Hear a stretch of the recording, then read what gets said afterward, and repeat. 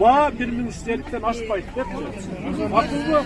Ana alar ertemenden beri mına 200 tonna undu 1350'den ile sattı. Просто алып саткандар нелге алып келип алып кымбаттады. Негизи кандай чара көрүлөт? Ошол спекулянттарга кандай чаралар көрүлөт? Мыйзам чегинде барбы? Мыйзам чегинде азыр Канча сомго чейин? иш козголот.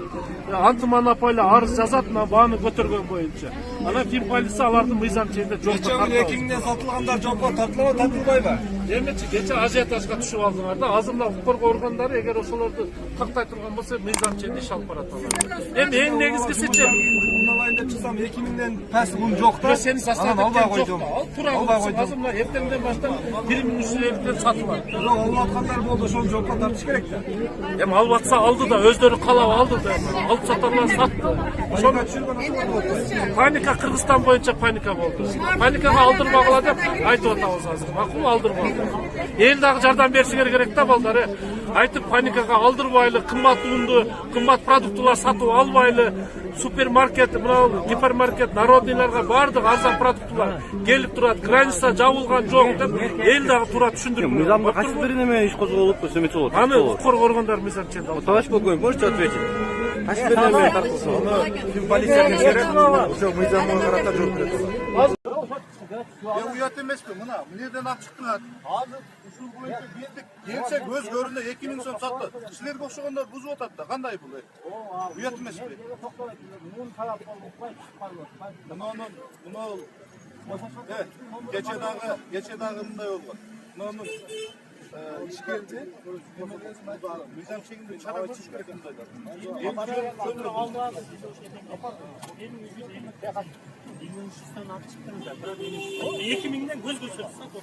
Азыр бул өзүңүздөр көрүп тургандай бул жолдон эле азыр ветсемерлер тиешелүү кызматтар кармашты. Бул ишкер 1350'ден Тулпарун комбинатыдан алып чыгып, бул жерде көз көрүнө 2000 сомдон элге сатып атат.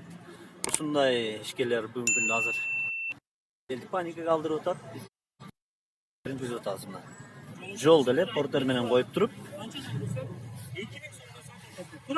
1350'ден алышып, бул жерге жолдон эле разницасы бир 200 метр заводдон бул жака келип туруп 2000 сомдон сатып атышат. Ушундай эди. Ben hazır demeden faydalarını aytıp koyayım. Şahırdıklar, turgunlar, bunday hiç korktuğunuğa negiz yok. Uşul jerdeki mınal kişiler akçası varlar. Uşunday, menen dağınday, bu işlep жүргөн işkerlerden dılgan işi uşunday bolup atar. Mına biz bugün hazır da özüңөр көп oldunlar. Skılatta un turat 1350 somdon berip atat elge. 1650 somga чейин высший сорт экен, аны жанагы столовойлор алып иштеп кеткен. Ал Казакстандыкы. Биз азыр ошол жерден келдик. Именно ушул кырдаал боюнча жүрөбүз. Мына жерде мына светофордон чыкты. 500 метр бир светофор. 1350 сомдон жүктөп чыкты. Көрдүк эле мындай келип 2000 сом сатып атат. Ошол үчүн урматтуу туугандар, эч кандай мындай кооптонууга негиз жок. Bunday işkerlerge mizam çekinde çara görüyoruz biz. Yergilüktü, jana mamleketlik bir organlar. Mana. Har kimizin özünün uyundan yeterlikli hazır. Kim içki başkalan çok tural. Kimin ya açık aldığına ayıptılar. Jön ele ajataj kılıp 5 kaptan 10 kaptan uyga alıp girip uşuk okşonlardan günün tüydürü atasın. Özünüz kılıp atalım. Açıklar. Jön ele. Un turat, bardık жерде бар, мына көрүп келдик. 1350'ден сатып атат. Анан кийин ажиотаж кылып эле сатылган жерден ундун баардыгын талап кетип атабыз. Анан ишкерлер үстүнө мингизип сатып атат. Просто жөн акчаны берип атабыз. Кичине ошону түшүнүп эле кабыл алып, мындай кичине өзүңөр топ кармагыла, баардык нерсе бар. Эч андай корко турган, колтуна турган нерсе. Албай алгыла 2000 сомдон. Сатат өзү. 1350'ден сатат кайра. Албай койсун. Ошол урмат болгон.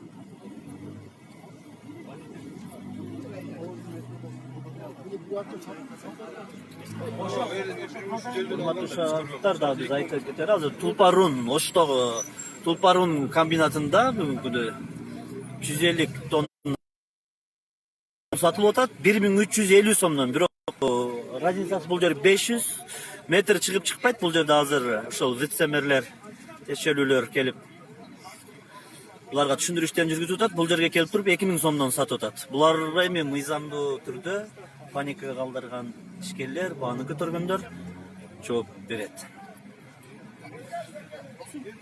Азыр Ош шаарынын мэринин тапшырмасы менен вице-мэрлер азыр түшүндүрүү иштерин жүргүзүп жүрөт. Унун комбинатынан чыктык. Азыр базарга, андан чыккан гипермаркеттерде дагы продуктылардын баасын көтөрдү деген маалыматтар бар. Ал жакка барып жеринде түшүндүрүү жүргүзөбүз. Эч кандай азыр билесиздер, чек аралар жабылган эмес. Болгону моундай ишкерлер өз билемдик менен бааны көтөрүп, элди паникага калтырып атат.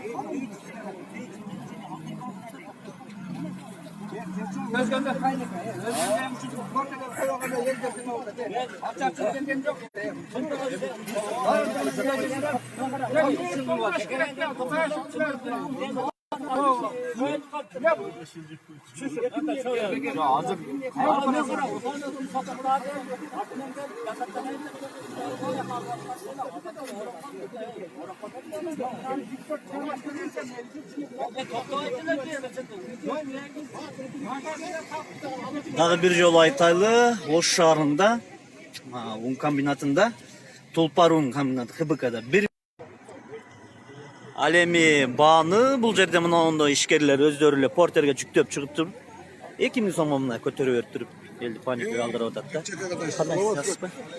Ушундай маселе болуп атат. Жоопко тартылат сөзсүз түрдө. Азыр көзөмөл бүгүнкү күндө күчөтүлдү. Verdik tüm полиция, мына ички иштер, шаардык ички иштер башкармалыгы бардыгына тапшырма берди. Мына биздин вице-мэрдин баптык жетекчилери бардыгына түшүндүрүү иштерин жүргүзүп атабыз. Ош шаарында un боюнча эч кандай проблема болбойт. Мына азыр мен Tulpar ишканасынан келем да, мына Даназыр ишканасынан. Ал жерде эртең менен 200 тонна un турган экен, ана ошо алып саткандар эле көтөрүп чыгышыптыр да. Азыр алар кайсы жерге бааны эмени унга апарып сата турган болсо, алар сата албайт, кымбат баада, баардыгын көзөмөлгө алабыз.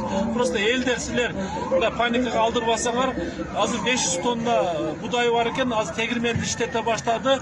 Жолдо дагы 300 тонна un келе жатат, эме un анан 1000 тонна будай келе жатат. Эртеңден баштап тегирмен иштеп, унду 1350ден ашырбайбыз туугандар. Түшүндүңөрбү? Ашырбайбыз. Анан эң негизгиси Казакстан менен граница эч кандай жабылбайт. Өкмөт башчыларыбыз, мамлекет башчыларыбыз сүйлөшүү жолу болуп атат. Мына коңшу мамлекеттер менен ушул мындай азыркы кырдаалдан биргеликте ынтымакта жакшы чыгайлы. Эч кандай мындай паникага алдырбайлы деп сүйлөшүү жолдор жүргүзүп атат. Эми бирок мына дүйнө жүзүндө көрүп атасыздар, ушул оору мындай дүрбөлөңгө түшүп атат, коронавирус оорусу катталып атат. Көп мамлекеттерде катталып атат.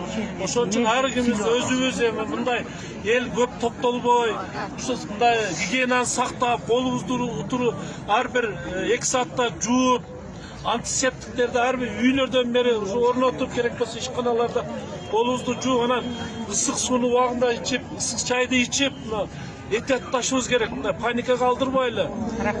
Мына Белоруссия, Россиядан негизги азык-түлүк келген мамлекеттер менен эч кандай жол жабылбайт. Гипермаркет, супермаркеттерде дайыма продукталар сакталып сатылат туугандар. Макулбу? Эч кандай паникага алдырбагыла. Мына силерден сураныч, шаардын элинен, шаардын конокторунан мына азыр алып саткандар гана паникага элибизди салып койду да. Азыр мен Tulpar ишканасынын жетекчисине айттым, Медер мырзага айттым, унду 1350ден ашырбайм деп сөзүм берди. Биз көзөмөлдө болот алар. Ким сала турган болсо, ашыкча сата турган болсо жоопко тартабыз аны. Макулбу? Элден сураныч, ал бүт мына массалык маалымат каражаттары туурасында эч кандай кооптоно турган негиз жок буюрса. Макул, азыр областтын акимдери, губернатор катышкан жыйын болду. Мына биринчи вице-премьер-министр Борон Куат Алчевич өзү өтүп, мына бардык тапшырмалар берди. Жерлерде бардык азыр иштер, туура түшүндүрүү иштери жүргүзүлдү. Мына азыр шаарда, райондордо ушундай паник болуп кетип турат. Бардык айыл өкмөттөргө чейин барып түшүндүрүү иштери жүргүзүлдү.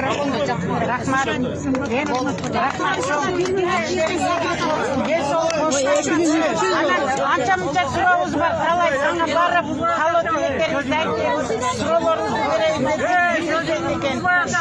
Ana mına okşogon, mına maşina turadi. Mına bazardın içi uşundan avtozalga чейин тыгын. Чыгыш кыйын.